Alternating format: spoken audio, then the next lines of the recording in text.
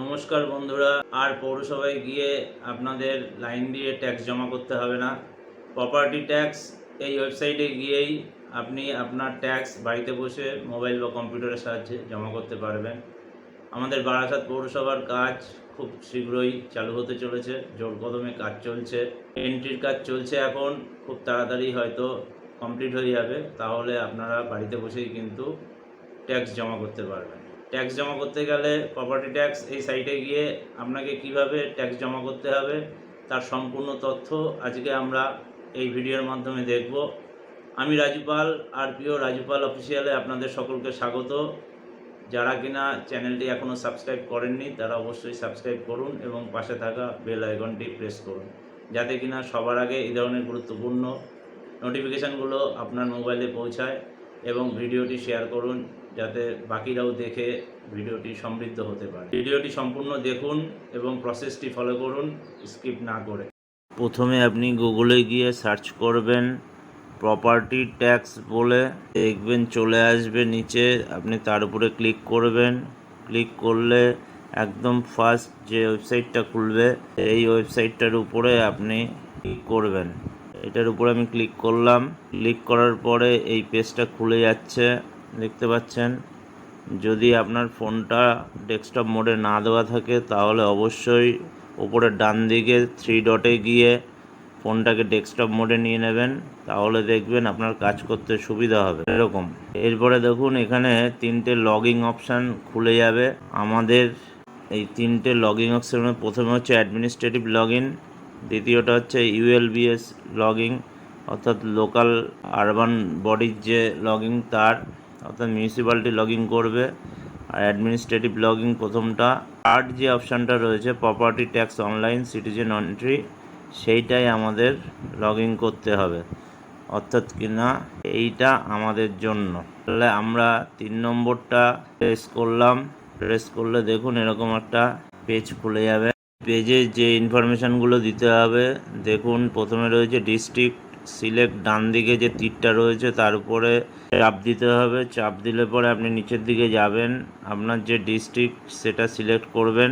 তারপরে ULB urban local body সেটা select করতে হবে, অর্থাৎ মিউনিসিপ্যালিটির নাম, আপনার যে মিউনিসিপ্যালিটির নাম সেইটা আপনি সিলেক্ট করবেন।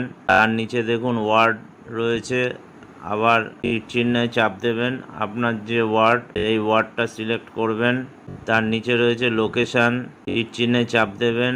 লোকেশানের মধ্যে হচ্ছে আপনার যে রাস্তার নাম আপনার মিউনিসিপ্যালিটিতে ট্যাক্সের রসিদে লেখা আছে সেইটা চাপ দেবেন। তারপরে দেখুন আছে হোল্ডিং নাম্বার, আপনি হোল্ডিং নাম্বারটা লিখে দেবেন। এরপরে প্রসিড বোতামে প্রেস করবেন। এবার খানিকক্ষণ সময় নেওয়ার পরেই দেখবেন এরকম একটা পেজ খুলে যাবে, এতে আপনার সম্পূর্ণ ইনফরমেশানটা রয়েছে। একটু পেজটা বড় করে আগে প্রথমের পার্টটা আলোচনা করি, তারপরে পরের পার্টটা আলোচনা করব। এখানে দেখুন প্রথমে রয়েছে নাম, তারপরে দেখুন অ্যাসেস নাম্বার, তারপরে রয়েছে address, phone number, email ID এখনও আপডেট হয়নি। তারপরে দেখুন মিউনিসিপ্যালিটির নাম, তারপরে ওয়ার্ড আর নাম্বার রয়েছে, লোকেশান সেটা রয়েছে, হোল্ডিং নাম্বার রয়েছে, ব্লক, মৌজা, প্লট, খতিয়ান, জেএল নাম্বার, ডিড নাম্বার, এগুলো এখনও আপডেট হয়নি, আপডেটের কাজ চলছে। এর নিচে আপনার যে ট্যাক্স, এই ট্যাক্সের হিসাবটা রয়েছে।